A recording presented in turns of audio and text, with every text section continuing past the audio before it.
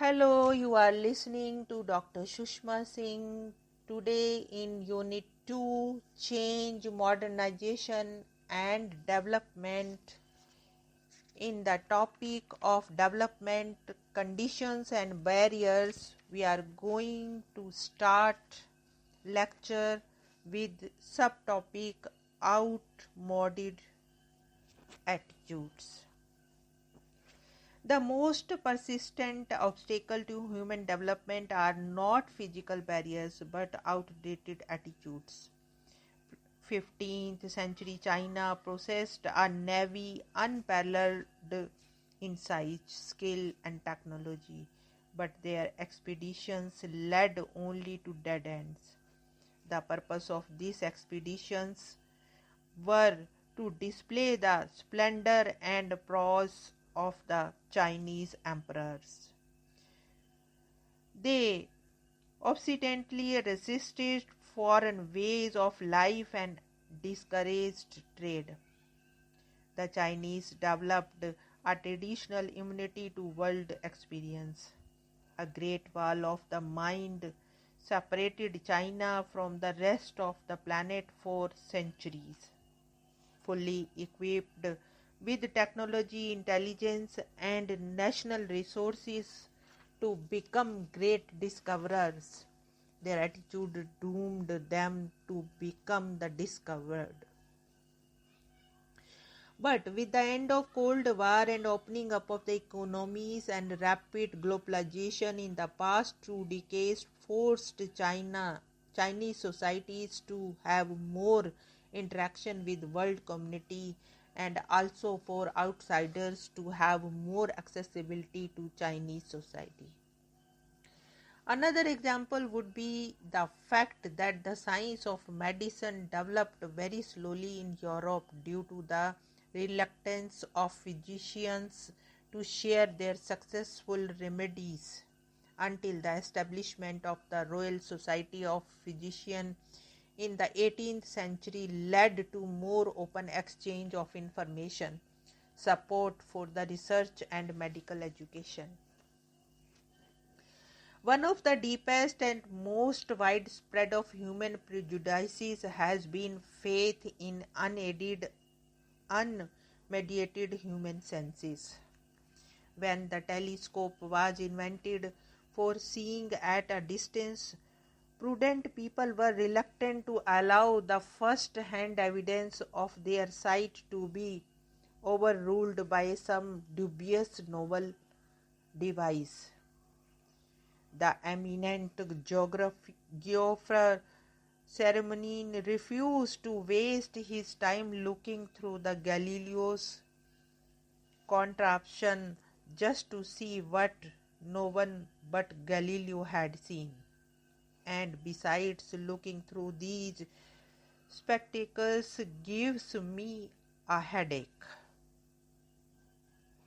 Distrust of the new was for long an obstacle to the development of science. Today, outmoded attitudes bar social advancement in every field. The expansion of world trade after 1950 had been a tremendous force for stimulating job creation and raising living standards around the world. Yet fear and resistance to expansion of trade persist among Americans and Canadians to the North American Free Trade Association, among Europeans to closer economic and monetary union, and among people in every country to freer international trade under the World Trade Organization. Now let us discuss the another point, anarchonism. Development is also retarded by the plethora of anarchism, which have no other reason than the momentum of past habits that refuse to die. High rates of childbirth have been traditionally practiced by the poor all over the world. to compensate for high rates of infant mortality. Yet, even after the introduction of the modern medical technology in developing countries, drastically reduced the infant mortality rate in the 1950s. Rates of childbirth remained at high level and have taken decades to decline to the degree commensurate with improved infant survival rates. Traditional behavior have been slow to change until the population became more educated. Gold was originally a popular form for saving personal wealth and a hedge against inflation in many countries prior to the establishment of reliable banking system. The safety of banks and higher return available from other form of investment have gradually diminished the importance of gold as a form of saving. But till today, in many Asian countries, India being in the forefront, the traditional habit of saving and paying dowry in the form of gold jewelry has continued unabated, even after more secure and financially attractive form of saving became widely available.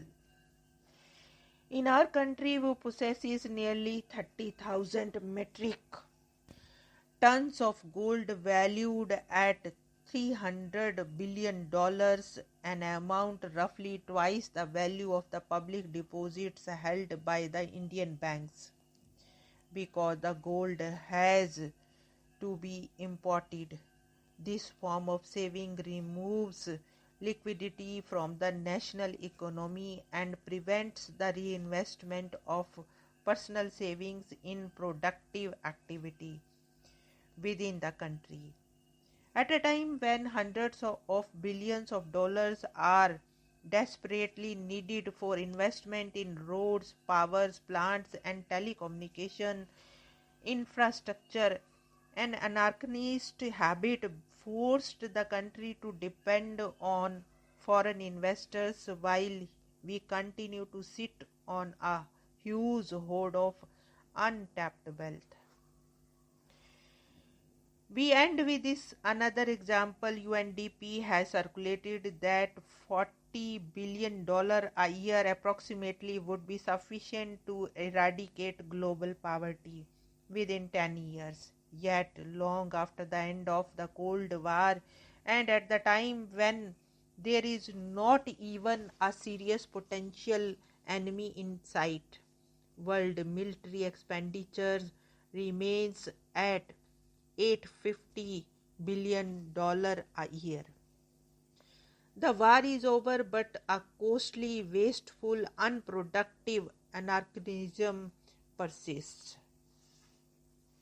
Here we want to close this lecture. Thanks for listening.